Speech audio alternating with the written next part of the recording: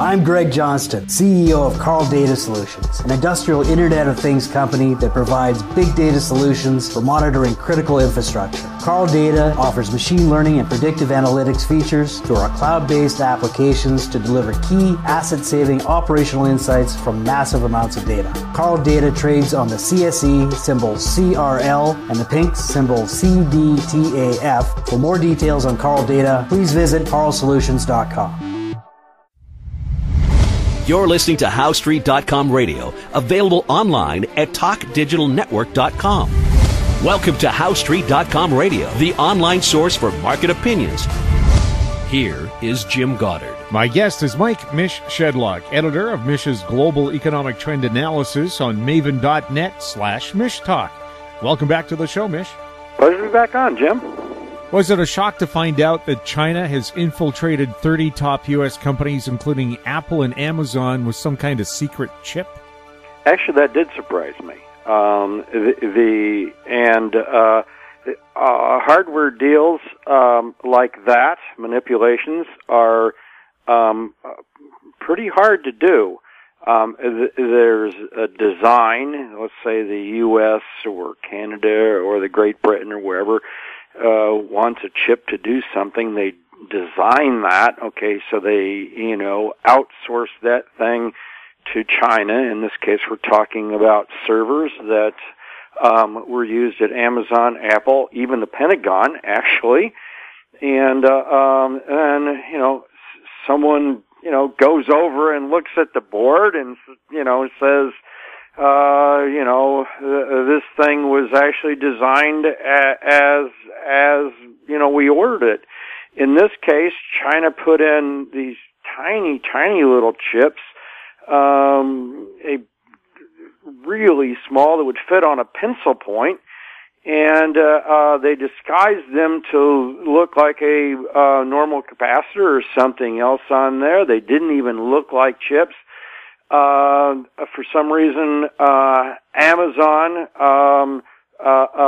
looked at these boards, didn't trust something, so they sent them to an independent agency in Canada to test these things out, and someone in Canada found this little chip that was not supposed to be there but was. And these things can literally do anything.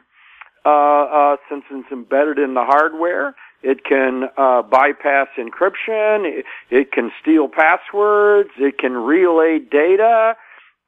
I don't think we even know what these things did in entirety, but 30 U.S. corporations, including Apple and Amazon, had contaminated boards. Aren't most computer chips made in China now? Yes, they are. And one is going to,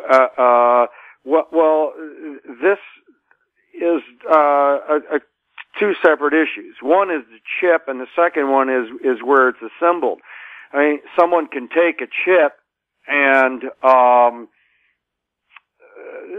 test it. So, let's say we get a supply of chips from China, and you take those chips and test them. Well, the question is, are you going to realistically test, every chip? So, maybe there's a few rogue chips in there that look like they do what they're supposed to, but don't. In this case, we're talking about something that was added during the assembly stage, where the assembler in China put an extra little chip on the board that wasn't supposed to be there at all. So there's two issues here. Chips and the assembly of boards. Is there any way to avoid it? Can you design software that will cut that chip out? The Bloomberg report that came out today said that there was no known way, in fact, for this to be done. It was only because Amazon and Apple have pretty much unlimited resources that they did this thorough investigation and uncovered this. It appears that they caught it. It looks like Amazon caught it first in 2015. We're just hearing about this today. Does that mean people who are actually using older computers might be better protected? I don't know what it means, actually, Jim. I think what we're going to see is some assemblies of things move outside of China. We're certainly going to see, more testing of things, and then where these things ultimately end up.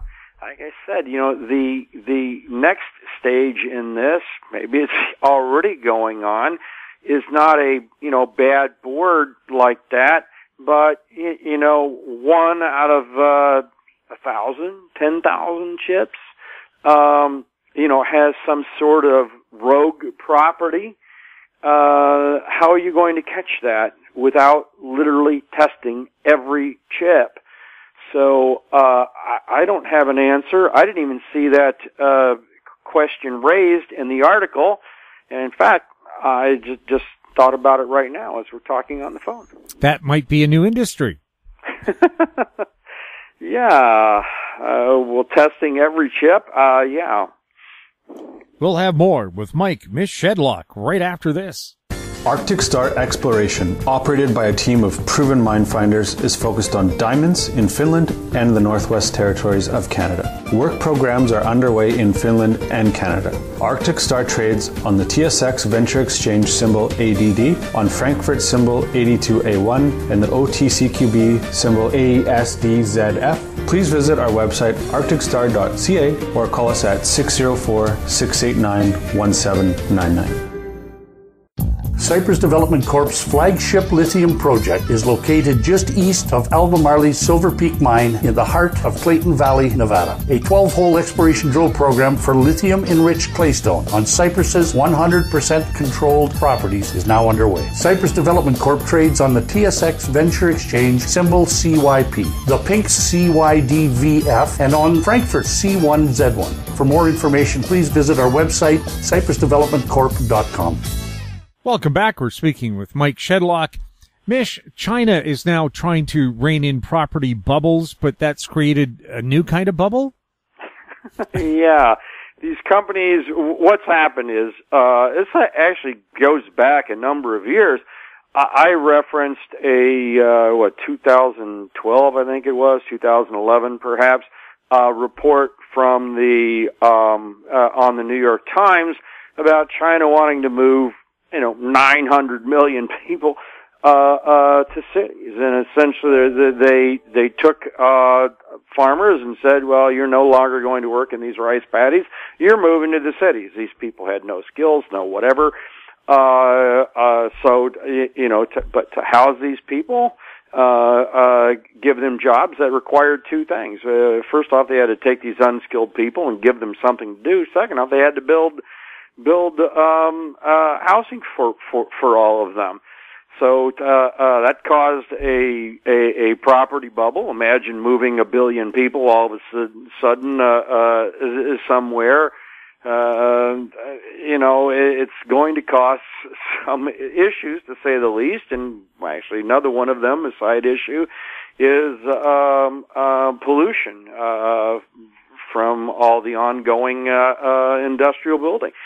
But anyway, so China wanted to stem the property bubble, so it put some restrictions on buying property and caps, but you still have all these people moving in. So what happened? Rents have skyrocketed 30 or more percent in the last year in some cities, and the industries sprung up to allow people to pay their rents over longer periods of time. I don't even know how that would work, but these industries sprung up to do this. What a mess! It's absolutely a crazy situation. So we have not only a property bubble that's still ongoing in China. we now have a what would be called, I guess, a rent bubble on top of that. Amortizing your rent. Yes, exactly. Without the benefit of eventual ownership. Yes, exactly. That is exactly what's going on. We'll have more with Mike Shedlock right after this. I'm Douglas Mason, CEO of Naturally Splendid, symbol NSP on the TSX Venture Exchange. Naturally Splendid is a biotechnology and consumer products company focused on the global cannabis and health markets. Naturally Splendid is expanding distribution in this rapidly growing market with products currently in Canada, the USA, South Korea, Germany, and Australia. To view our comprehensive company presentation and for more information, please visit our website at naturallysplendid.com. Don't miss out. Stay informed. Receive the HowStreet.com weekly recap with thought-provoking podcasts, radio, and articles delivered to your inbox. Sign up for the HowStreet.com weekly recap on our homepage at HowStreet.com. Welcome back. We're speaking with Mike Shedlock. Mish, with U.S. 10-year bonds now over 3%, well over 3%, is that going to put a damper on the stock market? Well, the stock market sure didn't like it today. I was watching the futures last night, and they got negative and more negative and more negative. They bounced a little towards into the close here today, but the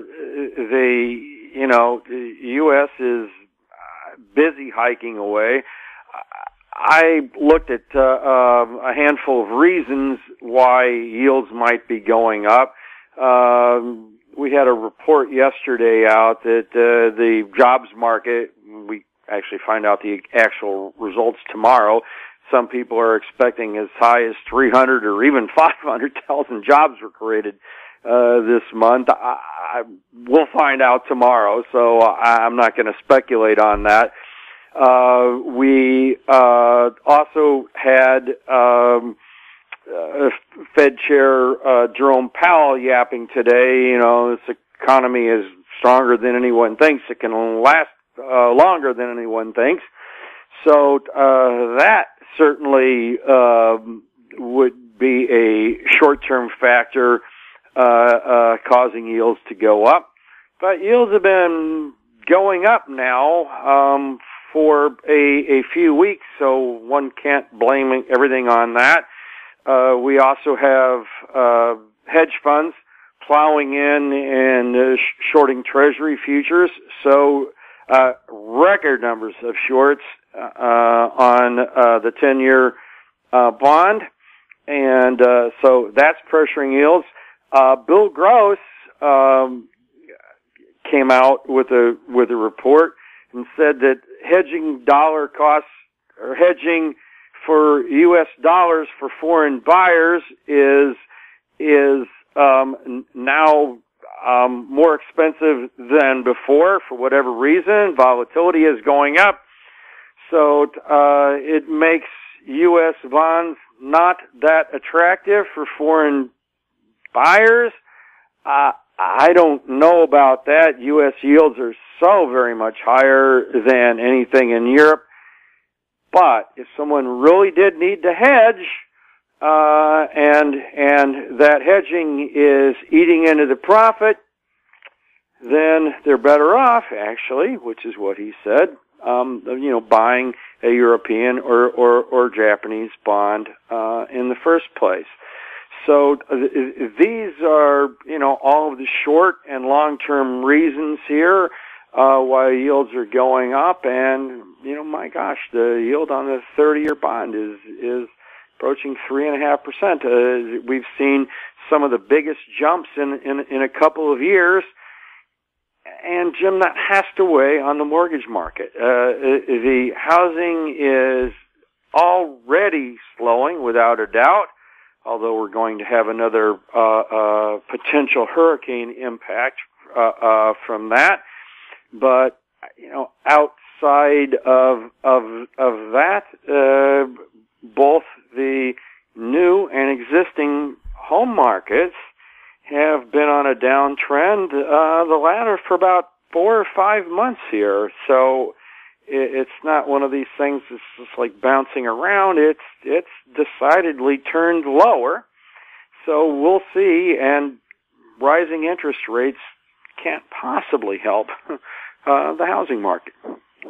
Could the Fed raise rates just a little too high and trigger a recession? That's